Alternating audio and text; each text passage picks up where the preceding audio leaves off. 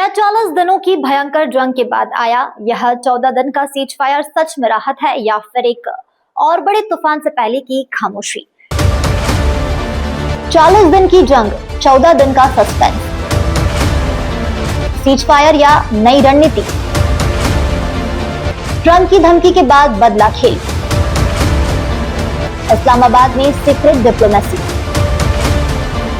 और मुझ पर टिकी दुनिया की नजर। ईरान इजराइल टकराव जारी, लेबनान में अब भी हमले नहीं रुके। 14 दिन बाद क्या फिर भड़केगी जंग? जब अमेरिका, इजराइल और ईरान में से कोई भी पीछे हटने को तैयार नहीं था, तो आखिर अचानक ऐसा क्या हुआ कि सभी ने हथियार थाम दिए? क्या पर्दे के पीछे कोई गुप्त डील हुई है या फिर बढ़ते खतरे ने दुनिया की महाशक्तियों को भी सोचने पर मजबूर कर दिया है? और सबसे बड़ा सवाल, क्या 14 दिन बाद फिर से बम गिरेंगे? इस पूरे खेल के पीछे की असली कहानी अब धीरे धीरे सामने आ रही है। 40 दिन तक चले भीषण जंग के बाद अचानक 14 दिन की सीज फायर का ऐलान हो जाता है, लेकिन असली सवाल यहीं से शुरू होता है कि जब अमेरिका, इजराइल और ईरान में से कोई भी झुकने को तैयार नहीं है, तो फिर यह समझौता हुआ कैसे? क्या पर्दे के पीछे कोई बड़ी डील हुई है या फिर बढ़ते खतरे ने इन ताकतवर देशों को अस्थायी रूप से पीछे हटने पर मजबूर कर दिया है? दरअसल 7 अप्रैल को अमेरिकी राष्ट्रपति डोनाल्ड ट्रंप की एक चेतावनी ने पूरी दुनिया को हिलाकर रख दिया था, जिसमें उन्होंने कहा कि ईरान की सभ्यता खत्म हो सकती है। इसके बाद ग्लोबल तनाव चरम पर पहुंच गया, लेकिन इसी दौरान इस्लामाबाद में कूटनीतिक हलचल तेज हो गई और पाकिस्तान के प्रधानमंत्री शहबाज शरीफ तथा सेना प्रमुख आसिफ मुनीर लगातार अमेरिका और इजराइल के बीच बातचीत में जुट गए।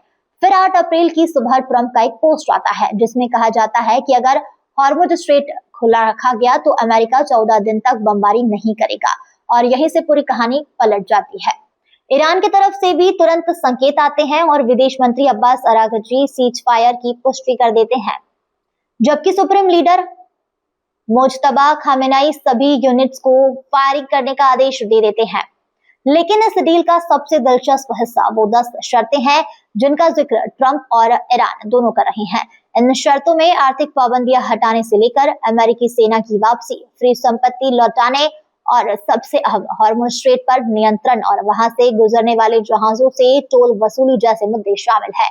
अगर यह शर्त सचमुच लागू होती है तो मिडिल ईस्ट का पूरा पावर बैलेंस बदल सकता है। वहीं इजराइल ने सीज फायर को समर्थन तो दिया है, लेकिन साफ कर दिया है कि लेबनान इस समझौते का हिस्सा नहीं होगा।